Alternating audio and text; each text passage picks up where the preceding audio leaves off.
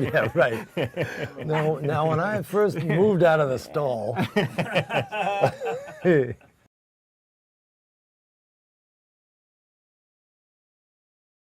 kind of way things come from so many directions and then they come together like this. And that's kind of what we all did. I mean, we all came from such different backgrounds. Waddy and I were, what, 2 days apart in age, Right, yeah. I think? Yeah.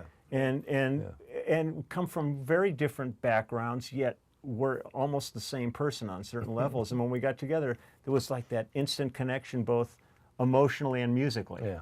And you just knew this was a cat you wanted to know the rest of your life. Right. And this whole community is like that, with Russ and Cooch and all the artists and stuff. It's a magical little experience to have been a part of. And I really still feel like a fly on the wall. I look at it every day just kind of going, I know these cats. Right, yeah. So for the guys that are coming up now, Oh, fuck them, it's over. I mean, You don't have a chance. honestly, but we were talking about this the other day. Get their Pro Tools. I mean, not only is it brutal, Yeah.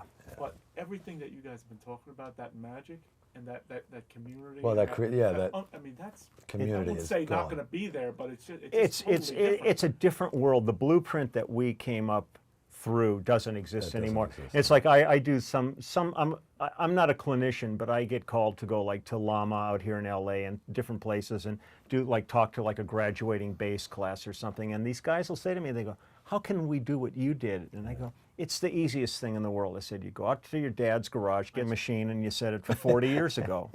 Oh, you can't do that? Well, I don't know what to tell you. But it's really true. The things that were going on in that day and age, first off, we were part of a period when you had vinyl records. And if somebody came to your house and heard that, they had to buy another vinyl record. Right. So there was a viable business going on. And then cassettes came along, and you still had to buy stuff Still had to because buy them. two dubs of that and it was completely gone. The minute digital technology came in, everybody got it for nothing because one guy would maybe purchase it at that point before there was online and downloading. Yeah, now but one it's- person would get it, and as soon as they made duplicating machines for digital, then one guy would buy it and then burn copies for everybody. And now you talk to kids in music school, and they don't think you should have to pay for music. Right.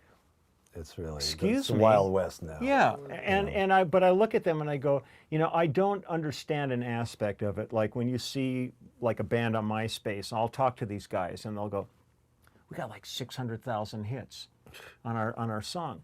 And I go, if that was a half a buck a hit, you'd be in good business. If it was a penny but what a does hit. that? Yeah, but what does that mean? All these hits, unless there's a guy sitting in a room somewhere that monitors this, that goes, those guys are getting a lot of hits. Let's hunt them down and let's sign them. Let's back them with But something. yeah, do something with them. But it's a different time, and it's really, you have to kind of weigh, am I going to disappoint them or am I going to encourage them? Because the essence of our society is the arts. Sure. And you don't want to have somebody be so discouraged before they even start. But one of the things that doesn't exist anymore that really breaks my heart, and it's due to the labels, but I miss artist development, because very few people totally ever fine. fall off the back of the cabbage truck in full bloom. I mean, you think of Bonnie, how many records did she have before Nick of Time? But there was always somebody at the label that was going, this is going to work. They didn't give up on Yeah, that. they didn't give up, and then the old catalog paid back in spades when the big hit came. But now I work on so many projects where there's no album. You're cutting at 1 or 2 tracks, and they're going to throw it out. And if it doesn't make an immediate splash, that person's gone. Yeah, there's a business model now that is still in transition. It's kind of like when all of this started, they opened up Pandora's box and kind of had the lid and threw it over the edge of the cliff, and now they can't close it up. Yeah. So they created this sort of monster that's come back to bite everybody in the ass. And I sit there like with guys like Waddy, and I go, I'm so glad to be at this end of my career, because it's really hard to be super encouraging for young cats coming along.